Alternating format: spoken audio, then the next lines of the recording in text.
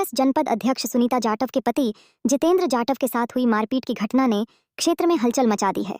घटनाक्रम उस समय शुरू हुआ जब जनपद कार्यालय में जनपद सदस्य महेंद्र सिंह सिकरवार और उनके भतीजे ने जाति सूचक गालियों के बीच जितेंद्र जाटव पर हमलावर हुए। यह न केवल एक व्यक्तिगत हमला था, बल्कि यह सामाजिक असमानता और घृणा को दर्शाने वाला एक शर्मनाक उदाहरण भी था। मारपीट के समय सुनीता जाटव ने अपने पति से वाकिफ रहते हुए घटनास्थल पर उपस्थित थी। जब उन्होंने अपने पति के प्रति इस अन्याय को होते देखा तो उनकी आवाज में गुस्सा और दुख दोनों थे। उन्होंने न्याय की मांग करते हुए कहा कि हमारा अपमान हुआ है और यह बर्दाश्त नहीं किया जाएगा। जनपद अध्यक्ष की यह बातें सिर्फ एक साधारण बयान नहीं थीं, बल्कि ये संघर्ष के प्रतीक थीं। कलारस थाना पुलिस ने सुनीता जाटव की शिकायत पर त्वरित कार्रवाई की है और भारतीय न्याय संस्था की विभिन्न धाराओं के तहत प्राथमिक रिपोर्ट दर्ज की है। फिर भी जनपद अध्यक्ष और उनके पति डरे हुए नजर आ रहे हैं।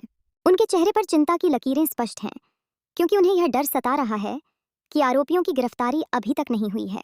जितेंद्र जाटव के साथ हुई इस अभद्र घटना ने न केवल उनके परिवार को प्रभावित किया है, बल्कि यह पूरे समाज को एक चेतावनी भी देती है कि ऐसे दुराचार सहन नहीं किए जाएंगे। जनपद अध्यक्ष ने न केवल व्यक्तिगत सुरक्षा की मांग की है, बल्कि पूरे समाज के लिए एक संदेश भी दिया है कि अन्याय के खिलाफ उठने की आवश्यकता है। अगर हम मिलकर नहीं खड़े होंगे तो ऐसे हमले निरंतर होते रहेंगे। वर्तमान में कलारस की जनता की नजरें इस मामले पर टिकी हुई हैं कि क्या न्याय मिलेगा या फिर ऐसे अपराधी बेखौफ घूमते रहेंगे। यह एक परीक्षाशील समय है जहां समाज को पीड़ितों का समर्थन करना होगा और सुनिश्चित करना होगा कि कानून का शासन हर किसी पर समान रूप से लागू हो। केवल इसी तरह हम एक सुरक्षित और न्यायपूर्ण समाज की स्थापना कर सकते हैं। आप जब जनपद में मीटिंग चल रही थी तो आपके साथ क्या अभद्रता हुई? अरे मैं सामान्य सभा की मीटिंग ले रही थी तो सभी सदस्य बैठे थे वहाँ। तो वहाँ पर सभी महिला बैठी थी और सभी पुरुष थे। ऐसे 22 पूरे टोटल सदस्य, तो उसमें से 14 महिलाएं और 8 सदस्य। तो महिला बैठती हैं तो ये महेंद्र सिकरवार हैं, तो 2.5 साल हो गए, एक भी बार उन्होंने महिलाओं को कुछ बोलने नहीं दिया है।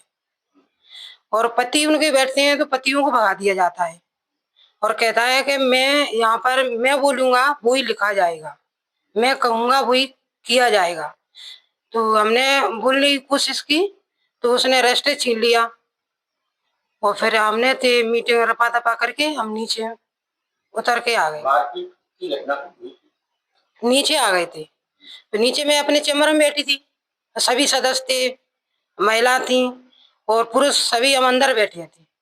फिर उसने अपना भतीजा बुलाया, भतीजे को बुला करके गाली देने लगा। गाली देने के बाद हमने सब महिला थी, उन्होंने भी मना किया और हमने भी मना किया और मना करने के बावजूद तो उसने मेरे पति का गले वाला पकड़ के और वो मारने लगा और फिर मैंने बचाया तो मुझे भी धक्का मुक्की देने लगा। फिर हमने पुलिस को बुलाया, पुलिस के उसने बोला कि मैं मारने की धमकी दी, तो हमने पुलिस के लिए फोन लगा दिया। तो पुलिस हमें लेके यहाँ से फिर हम थाने गए और थाने में हमने जा करके फिर FIR दर्ज कराई। अभी तक क्या कार्रवाई? अभी तक तो कोई कार्रवाई नहीं है।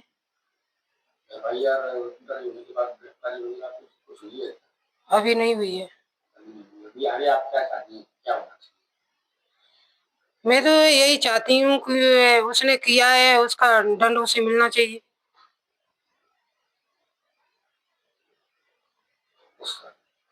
हम SC की महिला अध्यक्ष हैं, तो उसने हम पर अपराध किया है तो उसे दंड मिलना चाहिए और हमें उसका न्याय मिलना चाहिए।